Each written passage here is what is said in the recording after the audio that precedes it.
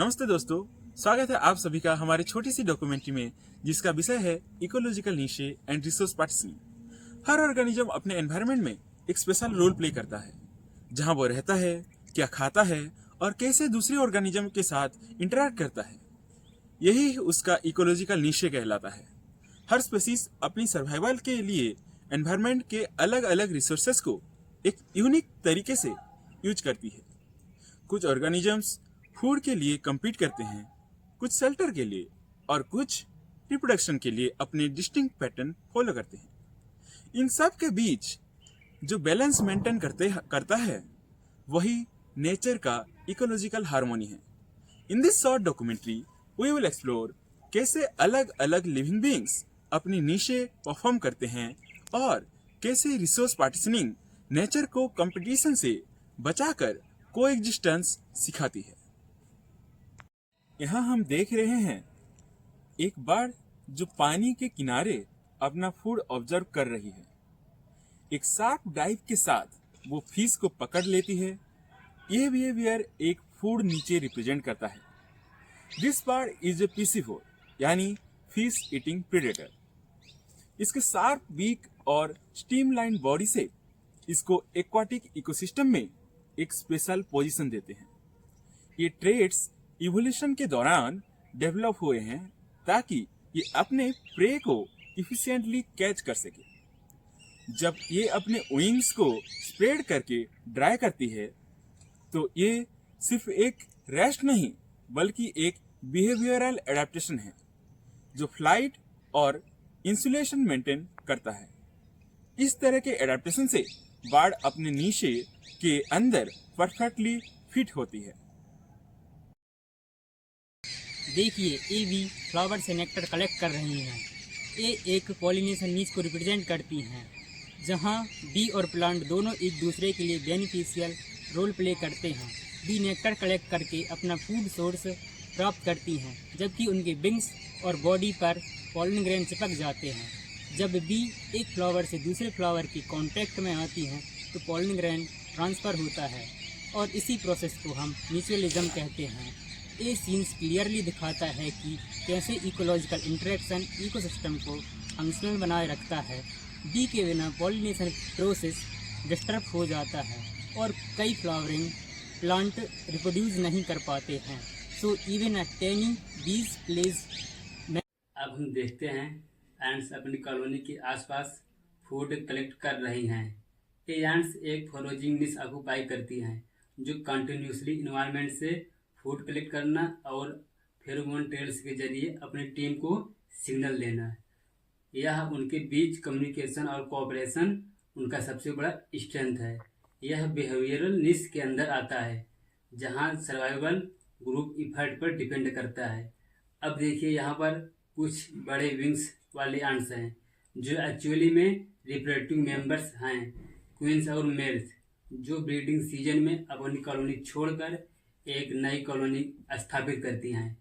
इस सीन में आप बिहेवियरल और रिप्रोडक्टिवनेस दोनों को इस प्रकार देख सकते हैं। काउस काउस एक हर्बिवोरस नीशे को शो करते हैं।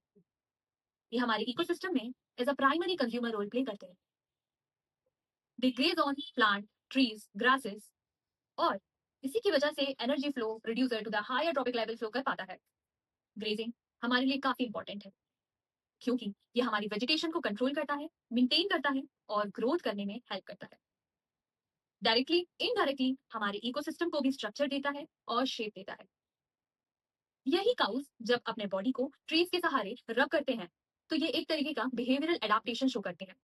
टर्माइट्स डेट्रिटिवोर नीश ऑक्यूपाई करते हैं। इनका रोल है डेड ऑर्गेनिक मैटर का ब्रेकडाउन करना और न्यूट्रिएंट्स को सॉइल में वापस लाना। इस प्रोसेस को न्यूट्रिएंट रिसाइकलिंग कहते हैं। वुड जो कि सेल्यूलोज और लिग्निन से बनता है which is very difficult to digest, तो फिर ये छोटे छोटे ऑर्गेनिजम्स कैसे डाइजेस्ट करते हैं? Well, the secret lies in their gut. इनके gut microorganisms cellulose degrading enzymes produce करते हैं जो सेल्यूलोज का ब्रेक डाउन करते हैं और सॉइल को एसेंशियल न्यूट्रिएंट्स रिटर्न करते हैं। जिससे सॉइल फर्टिलिटी और प्लांट ग्रोथ इन्हेंस होती है। इनके बिना इकोसिस्टम में वेस्ट एक्यूमुलेट हो जाता है और न्यूट्रिएंट साइकिल रुक जाती है। So these small hidden termites are silent recyclers, keeping ecosystem alive and productive.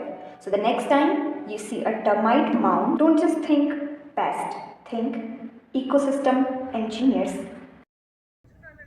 So, moving to the next, here we see a bird building its nest.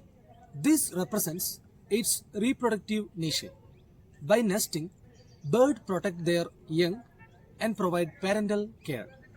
At the same time, the bird is feeding on insects, showing a carnivorous niche. By eating insects, it controls their population and maintain pest balance. These two roles, that is reproduction and feeding, are together help sustain ecological equilibrium. It's a beautiful example of how one organism can perform multiple ecological functions. Now, let's understand another important ecological concept, resource partitioning. Sometimes, many species in the same ecosystem use similar resources, such as food or habitat. If all depend on the same thing, competition would increase, and some species might even go extinct. But nature avoids this conflict through resource partitioning. This means species use resources in different ways. For example, bees collect nectar while ants consume sugar secretions.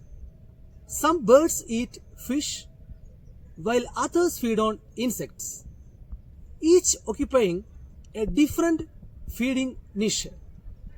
Certain animals are active during daytime, others are at night. This is temporal partitioning.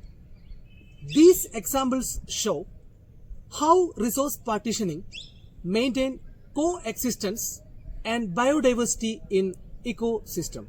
तो दोस्तों, आज हमने देखा कि हर organism, चाहे छोटी C B हो या एक बड़ा काव, अपना एक डिस्टिंक्ट इकोलॉजिकल नीचे रखता है। फूड, हैबिटेट, टाइम और बिहेवियर के डिफरेंसेस के जरिए नेचर अपने रिसोर्सेस को इंटेलिजेंटली डिवाइड करती है।